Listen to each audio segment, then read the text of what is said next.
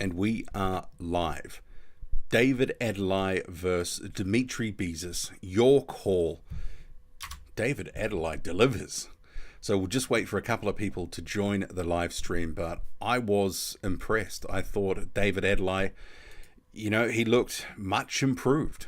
David Adeleye has been a guy who I've been very critical of. He's certainly been getting a lot of plaudits, I think sometimes undeservedly so, from his promoter and people talking about what he can do, is doing, and we haven't really seen it. But David Adeleye just really busted up Dmitry Bezus at the Your Call. A situation where we didn't really know what to expect. You've had David Adeleye, who's been in America training. He's got a new trainer, Theo Chambers, who he's added to his team, learning the Kronk style. He's had, quite a bit of time working in America, but also since the Kamil Sokolowski fight, he'd been facing basically cans. So we didn't really know where he was at. And he's improved. He's improved out of sight. So what we had was a couple of knockdowns in the two rounds of actions. One was from a jab. And then in the second round, you had David Adeleye detonating a massive left hook that absolutely wrecks Dmitry Bezus, who tries to get up and beat the count. Referee takes a look at him, doesn't like what he sees, and I think it was the right call. But Dmitry Bezus looked like a disaster waiting to happen. There was several openings, and while I think the improvement is noted from David Adeleye, that he's been working and improving, I think he looked a little bit quicker in there. He was putting his shots together. The left hook couldn't miss. I think you also have to say Dmitry Bezus was, I think in hindsight, careful matchmaking. He's a guy who'd been in different combat disciplines. He was an unbeaten prospect, but he wasn't really on the radar as one of the best up-and-coming prospects. So it was hard to know where he was really at, how good he was. So, but putting that aside, we saw a situation with this fight that David Adeleye is getting better. I thought he looked quicker. He was on the money with the shots. He was patient when he had Bezus hurt. I mean, he dropped him with a jab, and he actually said in the post-fight interview, when he saw him, when he put him down with the jab, he thought, this is going to be a long night for you. And it wasn't so much of a long night, but a brutal one, with that left hook decimating him in the second round. So certainly my estimation of Adeleye and where he's at has gone up a bit. I've been critical before that some of his fights, even against some of these low-level opponents after Kamil Sokolowski, he hadn't looked fantastic. But whatever he's done with the training shift to the United States, with Theo Chambers bringing in some Kronk style, it's working. And Chambers actually, after the fight, said, look, another 6 months, you're going to see some more improvement. Frank Warren talked about 4 more fights this year for David Adeleye. Maybe it won't be that. But interestingly, because I was thinking immediately after the fight, which was all of, a round and a half, maybe someone like a Nathan Gorman, that's been talked about between those two before. Is that something that would be able to fill a gap, be a decent fight, decent, appropriate level test at this point? There had been talk about the English title with Solomon Dakers fighting. But actually, when Fabio Wardley's name was mentioned, Frank Warren just leapt on it and said that's a fight that he would like to make, he would want to make, and he will talk to the board about. I mean, is that too soon? I mean, he even expressed surprise at the performance of Adeleye, which I think came as a pleasant surprise, not only for him, but also for many of us. I mean, it's been easy to get on Adeleye and sort of say, he looks raw, stiff, and, how far can he go? Because that's all we've really seen so far. But now we've seen some improvement. So you got to give him some credit and the plaudits for putting in the work and developing. Because he is getting better. But in the same breath, like I say, this was careful matchmaking to some extent. They had picked this guy for a certain reason. I think we don't know why now. That very open and able to be connected with. The left hook couldn't miss all night. So you've got Jordan saying that he missed the fight. I guess, lucky you dropped in here, so I've given you the quick snapshot of what happened. Good performance by David Adeleye. I've been on him before sort of saying he hasn't looked good, but not tonight. He looked fantastic.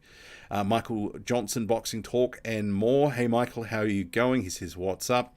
Quick live stream, David Adeleye versus Dmitry Bezus. Good performance by Adeleye. Wasn't expecting what we saw. Dangerous Sod said he also missed it. Z388Z, he says he was also impressed. I think he can definitely bang with Clark and Wardley. I guess with Fraser Clark as well, it's been an interesting sort of case. He hasn't really performed to the level that I think many are expecting at this point. But I guess you have a situation that, sometimes one performance, you put the work in, you tweak a few things, and you really get on that grind, and you can turn things around. And that shift to the United States for David Adeleye for his training situation, linking up with Theo Chambers, already looks to be paying dividends. And while I don't think he'll be having 4 fights, as Frank Warren suggested for the rest of the year, maybe it's probably going to be a minimum of 2. It'll be interesting to see who they match him with. I mean, I still think he needs to tidy up that Kamil Sokolowski situation. And based on what we saw tonight, I think he can go in there with some confidence if he fought Sokolowski that he could probably actually beat him this time. And there'd be no sort of discussion about who won. Last time, I don't believe he won, didn't throw enough punches. Sokolowski outworked him. I thought it was a 4-2 sort of fight. I can't even remember what I thought it was, except that Sokolowski won the fight. But Adeleye got the decision. So if they were to fight again after what we've seen, I'll pick him. So Will Stokes says, no way Boxing Squared live. I don't believe it. Well, actually, I was just live earlier, just before the Adeleye fight. For about an hour, but because we had the Adeleye fight, it was all 1.5 rounds of it, I was like, well, Mose will jump on this live again. Had a few teething issues with that first one. One of my internet connection settings was not right, so it was a bit patchy, and then there was some commentary from something I'd refreshed that was playing in the background for part of it. So yeah, comedy errors. I thought, well, let's jump straight back on the horse. And actually, I think what I'll be doing is going forward, because the channel I've had for, 5 years and change now that I've been doing videos, the bulk of it. I think I've done about 20 odd live streams in that time. I just want to mix things up a little bit and going live and getting the interaction with you guys, your thoughts, your commentary, and just going back and forth. I'll be doing a bit more of it, just, for the variety of it as well. Sometimes just beavering away on videos can get a little bit boring, and I've been especially busy lately as well. The last few weeks in particular, we've had flooding here, a cyclone's just rolled through, so I've been quite busy with my work and associated things because of those events. Not that I've been personally affected, but my work is obviously there's some flow-on effects there. So I'll be looking to do a few more lives, and probably also after fights. I mean, I've never done actually a watch along, so I might actually look to do those sorts of things as well, just to mix them some things up. So Mr. S says he moved well. Yeah, he did move well. Mr. S also says, I think he can beat Clark or Wardley. He can be hit. So Clark, question mark about how far he's going, how good he is. Is he in the same boat that if he tweaks some things like an Adeleye, that he can actually start turning things around? Because I think for David Adeleye, the question has often been, how good is he? Where is he going? But this time that he spent away in the United States and, since that loss to Kamil Sokolowski, I think it's been well spent. He looked better. He was patient. That left hook couldn't miss. I actually thought he looked a little bit quicker too. But like I say, you have to sort of counterbalance that out against the fact it was a well-matched opponent who wasn't necessarily thought of in too high regard. He had been a guy who had a little bit of name recognition because he'd been in an Alexander Usyk sparring camp for one of the Joshua fights. But I like the performance. Regardless of the matchmaking, he's still a prospect. He's still going to be taking incremental steps. So when Frank Warren talked about the likes of a Fabio Wardley, and I was thinking about, is that 1 or 2 fights too soon for that? I don't know. I mean, I think some of these guys are roughly on about a par, but I guess with Fabio Wardley and David Adeleye, they're with different promoters. Although Frank Warren said he would talk to the board about potentially making that. But I think he needs to square away the Sokolowski stuff. I mean, there's other guys that he could potentially face in the interim as well if a Wardley fight's not there. Nathan Gorman. That fight would seemingly be one that could be made right now, potentially. I do think that Gorman and Ward and Adeleye, they used to be in the same stable, the Queensbury one. There was some chat, especially after the Sokolowski fight. Gorman was like, "You ain't ready for me," and I think now he is. I would like to have that as a bit of a litmus test to sort of see where he's at.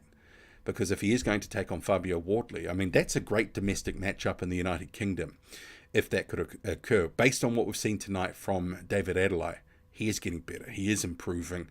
And I'm, more excited about his prospects moving forward than I was before the fight. Got to say that.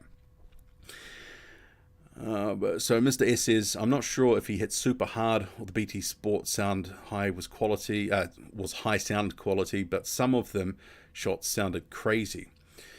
That left hook that landed, the one that really did the damage in round 2, that was ridiculous. Caesar himself says, hello, Boxing Squared. Adeleye much improved. Bezus standing in close with his hands down was asking for it. Yeah, I was thinking there were different points, especially when he got dropped by a jab, a stiff jab, albeit in the first round. I was like, I think there's going to be too many openings here. Bezus, pretty sort of upright, begging to be hit, and he was. David Adeleye obliged. Jordan says Sky won't put Clark in with anyone risky for a minute, I don't think. Yep, could be something in that. He needs a one or two good fights and performances where you can kind of go, yeah, we can get on board with this guy, because there hasn't been anything yet with Fraser Clark where he's caught fire. I mean, with the Olympians, and you think about it like this, with Joshua and Joyce and Clark, they have the name recognition of the Olympics coming into their pro careers and buzz and hype. Clark's basically squandered all his way through his performances to some extent. Alex Bellotti says, good evening. Good evening to you too. We've got sorry, I can't pronounce that. Can you rank Steve, USSR, Dacres, Clark, Fisher, Adeleye from worst to best? That's an interesting question. I think Robinson will definitely be heading up the back of the field. I still think you've got to work some of these things out, but I quite like Solomon Dacres in terms of his height, his ability, but he's one of these guys who hasn't got enough pop. Fisher's too raw at the moment, so it's hard to sort of put it. I mean, I've been underwhelmed by Clark, and until this fight, I've been underwhelmed by David Adeleye, who's been talked up something chronic but hasn't really delivered. At the moment, maybe I'd go out of those guys, Dacres, Adeleye, Clark, Fisher, Robinson. I mean, I think some of those guys are pretty close. You can interchange, plug and play. Z388Z says, saw him trying the Tyson defense of holding his hands out. Don't know if he has the reach for that. Alex Bellotti says, I'm just informed Fraser Clark that he needs 10 warm-up fights for Adeleye. Wow, at this rate, yeah. He's starting to look like a bit of a bust, but perhaps like Adeleye, you can just have one performance where you can turn around people's opinions. Because Adeleye, with the training situation, working with Theo Chambers out in the United States, getting in some of that Kronk style, we just saw the benefits of that. You know, we talk about prospects developing, and we literally saw that in front of our eyes in this fight with David Adeleye, which often, you know, sometimes you don't see those big steps, but clearly he needed some tweaks, and it's working for him. That was an impressive performance, and the caveat being it was careful matchmaking as well. But he looked improved, and obviously I'm looking forward now to Adelaye's next fight, as opposed to saying, oh God, you know, is it going to be more of the same, him talking himself up, but not really delivering a performance. He did deliver a performance in this fight. Ed Tutul, just get these guys in against each other. It's possible if the promoters are really pushing the British Boxing Board of Control, you know, for matchups in the English title, the British title. I mean, I think Dacres is fighting Robert Ismay, was it next month, for that belt. Fabio Wardley's just come off that one against Nathan Gorman. I think Fabio Wardley will hang around the British domestic scene there or thereabouts, or, you know, and maybe slightly higher with that Commonwealth sort of level for another couple of fights. So there is the potential that maybe this year that Adeleye and Wardley, if it is ordered, could happen. It's a possibility. Alex Bellotti says Nathan Gorman is probably retired around 350 pounds now. Isn't he only about 20, late 20s, mid to late 20s? I mean, Gorman is one of these guys that, I mean, he hasn't earned enough money to retire from the sport. I think he will continue fighting because what's he going to go on to yeah, I mean, he's got a young family, he's got to provide for those. I think he will be back because the payday will just necessitate that. Will says, big up, mate. Would love to see more of these. Do you believe Richard Torres could go far? I like Richard Torres. He's fun, and I think he's going to be... I mean, when he was just blasting through guys like a whirling dervish coming forward Tasmanian devil style and just letting his hands go, I was a bit concerned about that because I was like, well, if he continues to do that at a certain level, he'll get absolutely obliterated.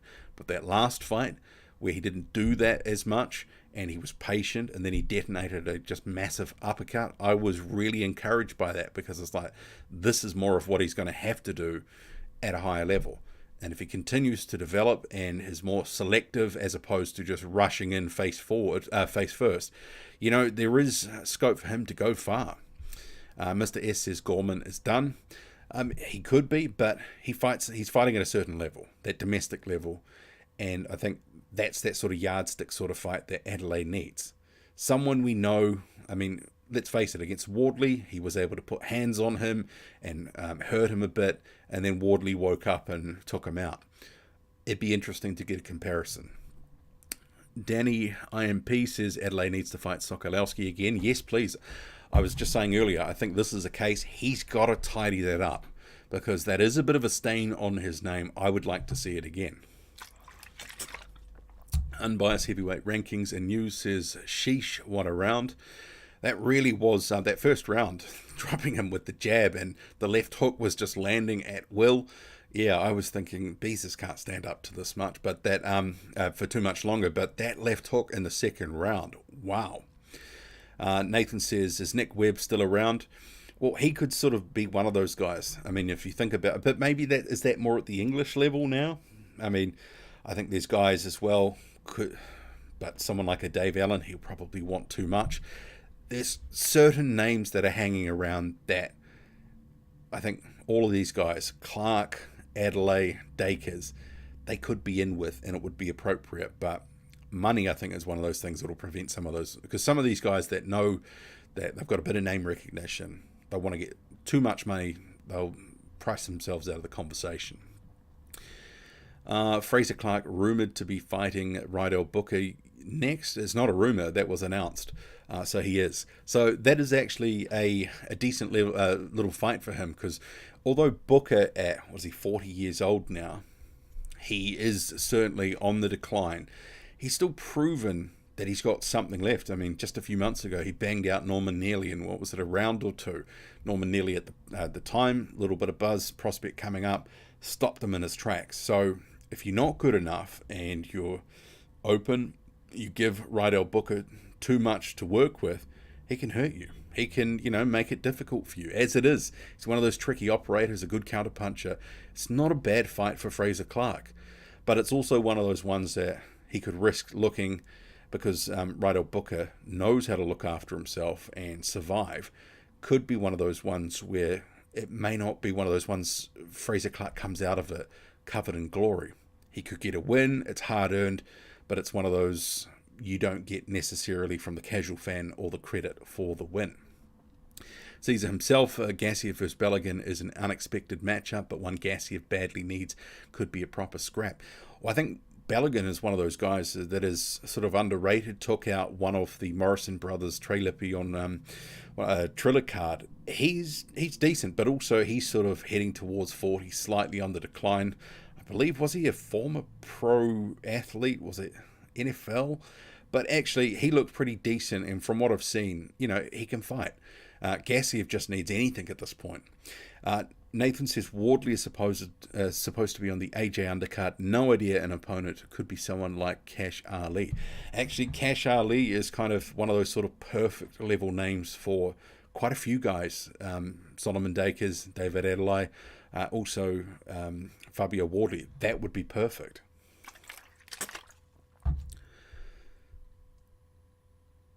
Alex Bellotti says Ricky Gorman looks pretty good. His brother, have you heard about him? No, I haven't heard a thing about him. Nathan says, who would you like to see Wardley face next? Well, I was discussing this in a live video just a little bit earlier today. I think it's a case that they're going to keep him at that sort of British level for the next fight or two. They're trying to backfill his experience, make sure he's ready for when he steps up. So someone like a Cash Ali or someone of that ilk, that's actually a really good shout for a name. I mean, maybe they would overpay Dave Allen if it's going to be on that DAZN card, bit more money to throw around for the undercard. Oh, Dave Allen, hit the pay-per-view button, Dave Allen sort of saver. I mean, maybe that could be something. I mean, Allen, if he gets a fight or two under his belt, he was due to fight today, tomorrow, but that's been pushed back a week to a different card. If he returns, gets a win, it does put him in the conversation, but Allen will want big money. But there are other guys floating around, and as has been named, Cash Ali kind of fits the bill too. And because Ali's been inactive as well, it sort of makes the matchmaking a little bit even better in favour of Fabio Wardley. So the Flying Pan Man says, thank you for the ongoing content, Boxing Squared. Much appreciated. Well, thank you for supporting the channel. Every one of you who's here for the live stream, watches videos, I do appreciate it. And I know it's been a little bit patchy in recent months. I couldn't stay healthy towards the end of 2022, picking up stuff and viruses and COVID and all that sort of stuff. More recently, the last couple of weeks, has been floods in New Zealand and then a cyclone, so that sort of impacted sort of my workload for my daytime job. So I've been a little bit sort of patchy with how much uploading they've been doing, so I apologize for that. But yeah, so I'll probably be looking to do a few more lives, mix that in, just because it's something a little bit different. And I think before the live that I did earlier this morning, I hadn't done one for a year, maybe. It'd been a long time. So I ended it just before the Adeleye stream fight, I should say, what I was watching, and made sure I watched it because it was only 5 minutes worth of action. I was like, I'll just jump back on. It just makes sense. It's going to be quicker than actually doing the video itself. But to recap, for David Adeleye, his performance, for those who've just joined. So we had 1.5 rounds of action against Dmitry Bezus, an unbeaten prospect, although not a heralded prospect, but it was clear to see, evident, that David Adeleye is improving. The time spent in America under Theo Chambers, getting that Kronk style sort of ingrained in him, it's working. He's taking to it. He's actually seeing the benefit of the training, and you could see that in there. I thought he looked a little bit quicker, better shot selection, and that left hook, it was money. Couldn't miss. Just couldn't miss. Where are we in the chat here? Jordan says Torres is Babbage, but with some proper skills. Yeah, I guess, that's not a bad comparison, really. Ed Tutul says, is Richard Torres styling himself on Bobby Ches? Yeah, I'm not sure. I think at a certain level, and you would have had examples like this before as well, different fighters will start to fight more how they know that they can be successful at the world level once they reach a certain point in their prospect stage, generally towards the end of their prospect phase. Someone like Joseph Parker was banging out journeyman for fun and people thought he was a puncher, steps up to fringe world level against a guy like Carlos Takam, and then from then on in, basically no knockouts at world level. So he had to adapt a style to what was going to win him fights, and I think we'll see the same with Richard Torres. Do you think a Coley or Riakporhe would be factors if they were to move up? Potentially. Lawrence Okole's a big unit. He knows how to tie up. And certainly we've seen him tie up in a lot of fights, and it hasn't led to great fights to watch. Richard Riakporhe's got decent power. I think that's going to carry up. So does Okole, that carries up. But the matchmaking's probably going to be important for them. I think guys who are just as big, got skills, can box and move a bit. I don't think both guys come up and just dominate, but I think certain types of matchups they'll be successful in. How good could an active Gassiev be? Well, that's the million-dollar question, isn't it? Can Murat Gassiev stay healthy? Obviously, the rigors of the heavyweight division, the pressure that it puts on his body, especially carrying that extra load of weight, it's been taking a toll on him, and he hasn't been able to stay healthy. And it's a shame because when he was moving up after losing to Usyk, what was it, mid-2018, we expected a lot. That was almost 5 years ago. And it's what has he fought 2 or 3 times, and most of it's just been nothing. So it's really, really disappointing. But that's $1 million question. Can he stay healthy? Cash says another Ukrainian gone. L-Dub Boxing says what's good. And if you haven't followed L-Dub's channel, do so. He is a font of all knowledge for basically all of boxing. Do check out his channel if you do not already know about L-Dub Boxing. Has an Instagram as well, which is a good follow to keep up with different developments in the boxing world, I should say. I was about to say the heavyweight division, but boxing more broadly. Nathan says, has Damani Rock retired? Haven't seen him since being taken out by Coffee. It's an interesting question. So I follow Damani Rock on social media, and he hasn't been super active, but you know, there hasn't been a lot of boxing training photos. I mean, the weird thing about Rock's social media is basically most of the time he's on a sidewalk somewhere and someone's taken a photo. Literally, that sort of sums up about 70% of the posting on his Instagram is photos where he's either sitting on a sidewalk or standing on a sidewalk, or some steps next to a sidewalk. It's that's why I call him the king of the sidewalk selfie. Who knows what he's going to do? I mean, that uppercut from Coffee basically took his soul. And yeah, I mean, maybe he's just not. I mean, he's one of those sort of lost opportunity guys. Didn't put the work in, didn't take it seriously enough, and he got beaten at a level that he shouldn't have been beaten at. And it's just kind of derailed his career by the look of it. Will Stokes says Dakers, I think, is massively underrated. There's an easy argument he's the best of all these UK prospects. The way he pieced up Soko with one arm is massively overlooked. Yeah, I mean, and that's why when I was talking about it before, when we had those 5 names, I had him at the front of the queue. I think, you know, there is a lot of stock to put into the argument. Skills pay the bills. And what is he, 6'5", 6'6"? He can box, he can move. He can win fights off the back of his activity and accuracy. But there's that question as well about power. And that's the thing that at a certain level will become a real question. I think he can finesse some guys, but there'll be others who can box and move with him. But if they've got pop, then it becomes a different equation. Nathan says Dakers is pretty tidy from what he's seen of him. Might get underrated a bit because he's not a big puncher. Yeah, I mean, exactly. That's kind of sort of just feeding into what I was just saying. Will says Alan actually came out and made it sound like there had also been talks of the Wardley fight. Don't like that for Alan, although he does have good power, which shouldn't be overlooked, to be fair. Well, I think for a card of that nature, and because Alan's got a decent following, I was actually, when I was on Instagram this morning, just taking a few screenshots and dragging down a few videos of training and other bits and pieces. This is where I saw his fight was delayed, and I just saw his following was at 160,000. So, I mean, compared to what you would basically say, he's a domestic level fighter, and is he considered a gatekeeper or journeyman of some description? He's got a following, and he's able to utilize that in his affable style. He can make that work for him, but he's kind of a couple of years removed from that. So does that actually, how much juice has he got left to squeeze from that lemon in that regard? I mean, that's unclear. I mean, this comeback, he's been trying to get it underway for some time, and it just keeps getting pushed back a week to next week now. Dakota Rescue, sorry about it, I've pronounced that wrong. Monster Jam Grand Rapids. Okay, that's a little bit sort of vague for me to know what that's about. Is that some sort of event or something?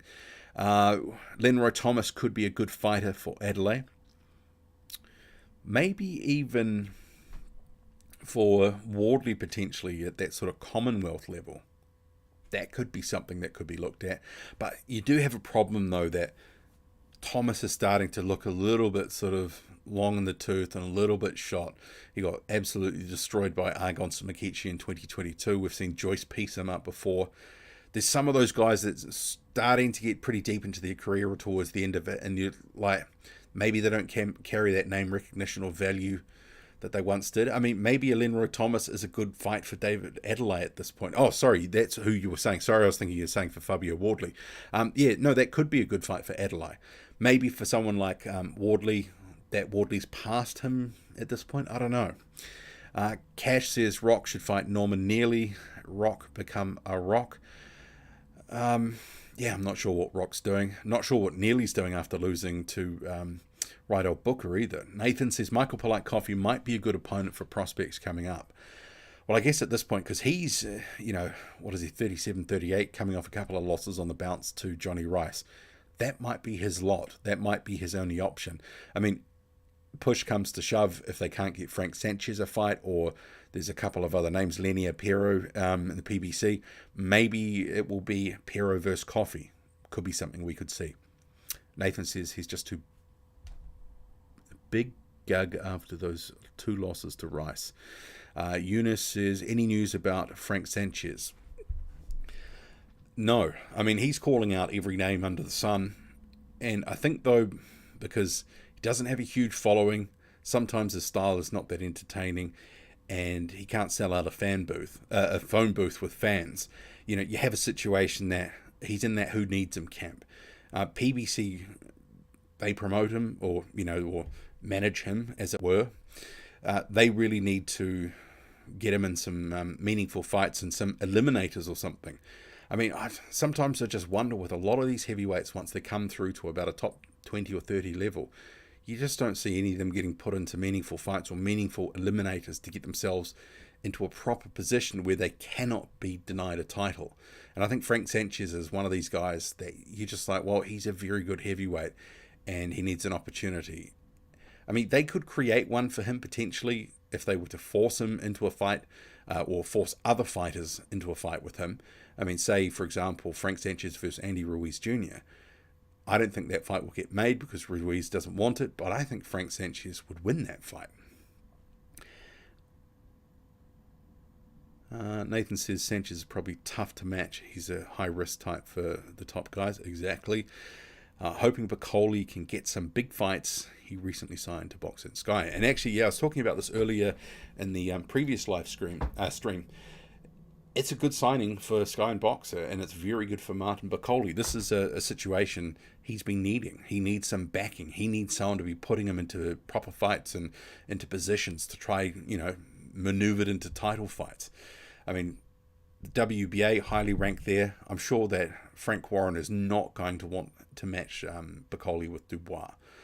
But there could be opportunity for Hunter versus Bacoli too. Bacoli versus Parker. Bacoli versus Fury even once he returns from his COVID layoff or whatever it is. Jay McFarlane might get wheeled out for Adeleye, a tough journeyman who goes some rounds. Yeah, I don't mind that. I think that kind of works as well. I mean, I guess as well, Jay McFarlane versus Steve Robinson, you could end up having something like that. He could get wheeled out on any of those sort of either Matchroom, Sky, or Queensbury sort of cards for a number of their prospects, and he'd give them some rounds. So Danny says Bacoli is the boogeyman. No one calling him out. I'd like to see his rematch, him rematch Hunter. Yeah, I like that.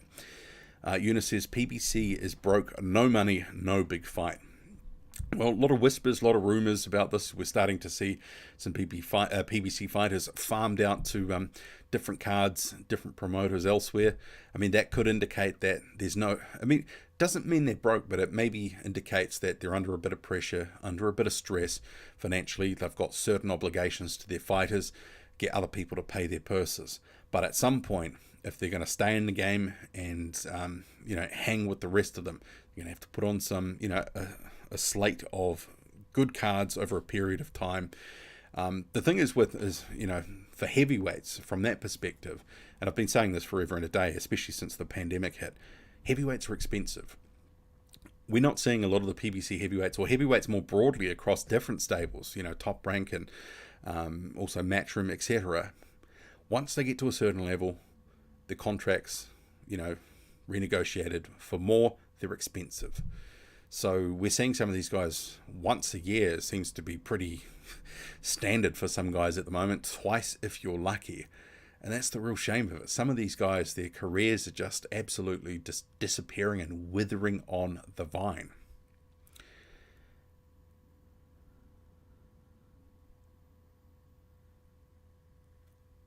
Nathan says, agreeing on the matchmaking, we need to see more 50-50 fights in general, well-matched fights regardless of level. Well, I guess at some point when the squeeze comes on for paydays, dates, and fighters just being able to fight in general, fighters can't live on nothing. At some point the money runs out. They have to take harder fights if they're on offer. It sort of seems we're in this weird place right now where, and I talked about this on Patreon previously, that with the cost of living crisis around the world, some of the sort of impacts of that sort of thing sort of hit the heavyweight division sort of 6 or 9 months earlier. And I just think that 2023 could end up being a lean year for some guys. You think that there's probably, the guy who's probably going to be the best, the winner out of all this for 2023 is Jermaine Franklin. Guy hadn't had a fight for 3 years, basically, since 2019, has a tune-up, gets the Dillian Whyte fight, and now steps into a Joshua fight. Did he deserve either? Probably not. But he's going to walk out pretty wealthy on the back of it. So there's not going to be many stories like that. I think they'll match Bacoli with Parker, and he has a great chance of beating the Kiwi. Well, based on what we've seen recently, Parker is not in a good place. And Bacoli is a tough customer who's got power in both hands. He can hurt guys. And obviously stories floating around from when Parker was preparing for the Joyce fight that Bacoli had really put it on Parker in sparring. Nathan says Bacoli, Hughie Fury, Parker might fight Hunter. I'll take any of those, I guess. The style matchup of any fight involving Hughie Fury is a little bit of a question, but also Bacoli sparred a lot of rounds with Hughie Fury, so does that end up being a fight we need to see? Because it could end up being a bit of a, they cancel each other out because they know each other so well. Cash says PBC just, they're unbeaten Ukraine versus Cuban, but they're sinking bad. That was a good matchup. Victor Vikhurst, who, his name is, spelt Vikhurst, and he's promoted out of Germany, but they've changed his last name to Faust because it's easier to say. And the US, when he went over there, kept with the Faust thing, which I thought was weird. But I was disappointed with Leonid Pero in that fight. I think he's a guy who just, sort of like Frank Sanchez, when they sort of bulk up a bit too much, the best part's about how they fight, how they can box and move and be sharp and be accurate, is just dulled a bit. And I think Pero was too heavy. But then we had Vikhurst look like he started to blow out his ass a little bit and starting to fade, and apparently a rib injury from that body shot. So he just kind of froze up, and then all of a sudden the fight was over. But that was a case of good level matchmaking. And maybe it's because as well they were forced into that because no one wanted to face Pero, and where were the meaningful fights and sort of step-ups of note for Vikhurst, and that was put forward. They both accepted it, they put it on the line. And the fact, because Vikhurst had a good performance in that, he can come again. I think at that stage of their career, roughly 10, 11 fights, you can't hold that against them. And because they both put up good efforts, they can come again, and I'll gladly watch either. I do think that Pero has fought better. I've seen him fight better before. He's been in better condition. He needs to be in better condition going forward. Eunice says Filip Hrgovic versus Dillian Whyte pay-per-view, can big money for both. Well, this is the thing. I don't think that fight gets made because Dillian Whyte doesn't want it, and I don't think it makes huge money on pay-per-view. Hrgovic is just not a big star.